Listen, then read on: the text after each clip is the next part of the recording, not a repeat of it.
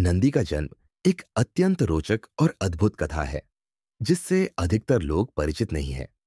बहुत पहले की बात है। शिलाद नामक एक महान संत थे जो भगवान शिव के परम भक्त थे। वे ब्रह्मचारी थे, इसलिए उनकी कोई संतान नहीं थी, किंतु वे एक दिव्य और अमर पुत्र की कामना रखते थे। पुत्र प्राप्ति हेतु शिलाद ने इंद्र का ध्यान किया, जिससे प्रसन्न होकर इंद्र प्रकट हुए। जब शिलाद ने उनसे संतान की इच्छा व्यक्त की, तो इंद्र ने कहा, मैं यह वरदान देने में असमर्थ हूं, क्योंकि तुम एक ब्रह्मचारी हो। केवल भगवान शिव ही तुम्हें एक दिव्य और अमर संतान प्रदान कर सकते हैं। अतः तुम्हें उनकी आराधना करनी चाहिए। इंद्र की बात सुनकर शिलाद ने भगवान शिव को प्रसन्न करने के लिए घोर तपस्या और यज्ञ करना आरंभ किया। वर्षों तक उन्होंने कठोर तप किया, यहां तक कि दीमकों ने उनके चारों ओर घर बना लिया और उनके शरीर को खाने लगे, जिससे केवल उनकी हड्डियां ही शेष रह गईं। उनकी इस अद्वितीय भक्ति से प्रसन्न होकर भगवान शिव प्रकट हुए और उन्हें वरदान देने का निश्चय किया। शिलाद ने भगवान शिव से एक अमर पुत्र की कामना की। भगवान शिव ने उनकी यह इच्छा पूर्ण की और कहा, तुम्हें एक तेजस्वी और अमर पुत्र प्राप्त होगा। यह सुनकर शिलाद अत्यंत प्रसन्न हो गए। अगले दिन जब शिलाद खेत जोत रहे थे, तो उन्हें एक शिशु प्राप्त हुआ जो सूर्य के समान तेजस्वी था। वह अद्भुत बालक अपनी आभा से समस्त वातावरण को प्रकाशित कर रहा था।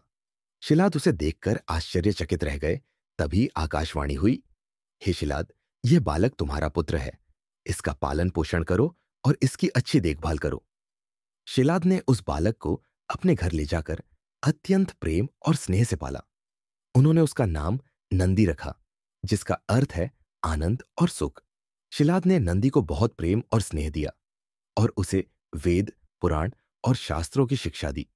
मात्र 7 वर्ष की आयु में ही नंदी ने सभी वेदों, पुराणों और शास्त्रों में निपुणता प्राप्त कर ली और सनातन धर्म का गहन ज्ञान अर्जित किया।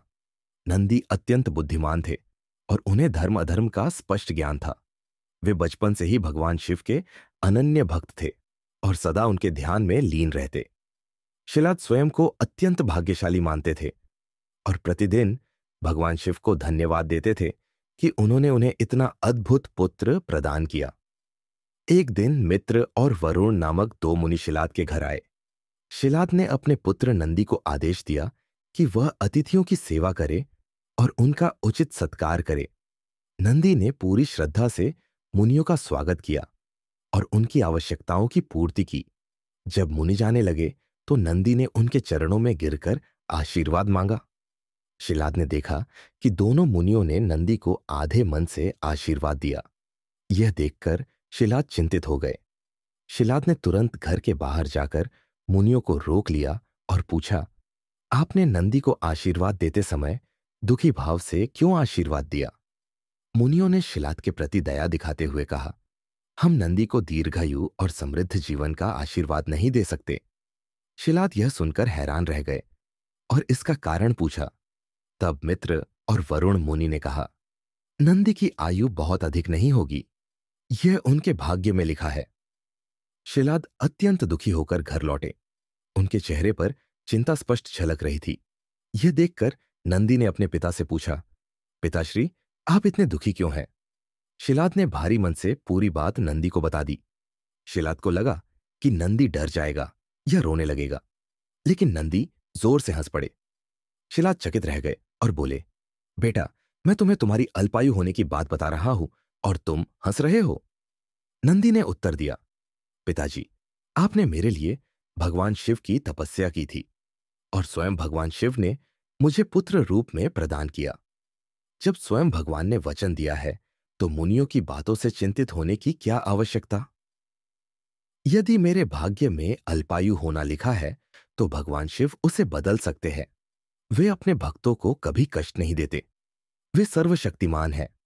इसके बाद नंदी ने अपने पिता की चिंता को दूर करने हेतु भगवान शिव की आराधना करने का निश्चय किया। उन्होंने अपने पिता से आशीर्वाद लिया और भुवन नदी की ओर चल पड़े।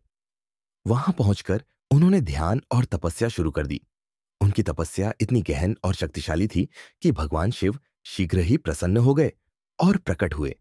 भगवान शिव को अपने समक्ष देखकर नंदी अत्यंत आनंदित हो गए और उन्हें टकटकी लगाकर निहारने लगे। उन्हें लगा कि अब उन्हें और कुछ मांगने की आवश्यकता नहीं है। लेकिन तभी नंदी के मन में एक विचार आया, यदि मुझे जीवन भर भगवान शिव की भक्ति करनी है, तो क्यों ना मैं सदा उनके साथ ही रहूं। यह सोचकर उन्होंने भगवान शिव से विनम्रतापूर्वक पूछा, क्या मैं जीवन भर आपके साथ रह सकता हूं?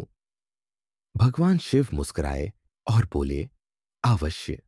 तुम एक बैल का रूप धारण करोगे और सदा के लिए मेरे वाहन बनोगे।